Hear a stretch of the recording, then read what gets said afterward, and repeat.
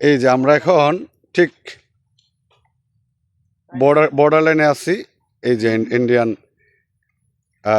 তারকাটা, ওই যেহেতু ওরা আমাদের শত্রু দেশ, ওদের কাছে না যায় ভালো।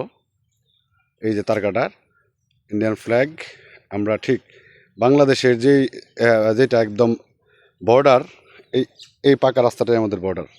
আমরা এই পর্যন্ত এখানে আসছি। আমরা এখানে আমাদের আমাদের ইচ্ছাটা হচ্ছে এখানে আমরা মূত্র বিসর্জন করার ইচ্ছা ইন্ডিয়াতে, কারণ এরা আমার শত্রু দেশ। আজন্মই স্বাধীনতা থেকে এরা আমাদের শত্রু।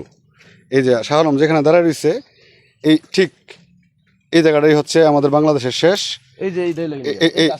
এই গাছটা হচ্ছে, এই যে ওয়াসিম যে গাছটা দেখাচ্ছে, এটা হচ্ছে ইন্ডিয়ার গাছ।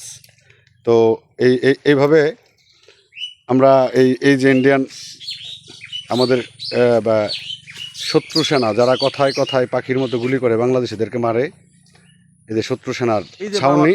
আমার কৃষক ভাই ওইদিকে সামনে যেতেছে, হ্যাঁ, এদেরকে গুলি করে মারে। এই যে এরকম কৃষক যারা আছে, এসব নিরীহ মানুষদেরকে তারা গুলি করে হত্যা করে। তবে আসার বিষয় হচ্ছে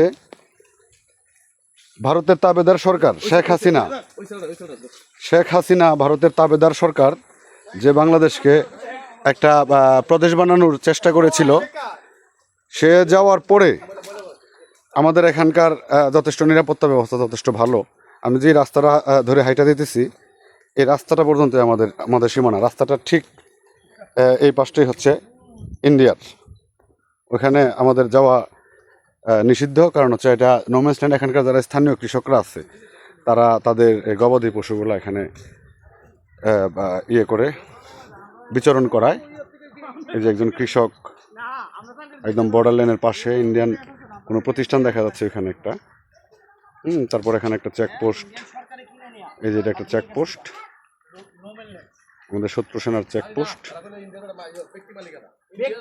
তো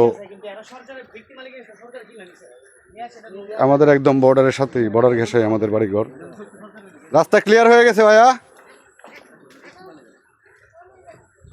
এই যে আপনাদেরকে যেটা দেখানোর জন্য মূলত আসছিলাম, এই হচ্ছে বর্ডার লাইন, আমরা যেটাকে, ভাইয়া দাঁড়ান, এই যে বর্ডার লাইন, এই হচ্ছে বাংলাদেশ,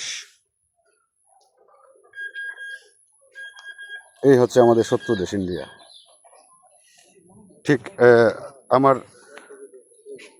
এক পা হচ্ছে বাংলাদেশে, আরেক পা হচ্ছে ইন্ডিয়াতে।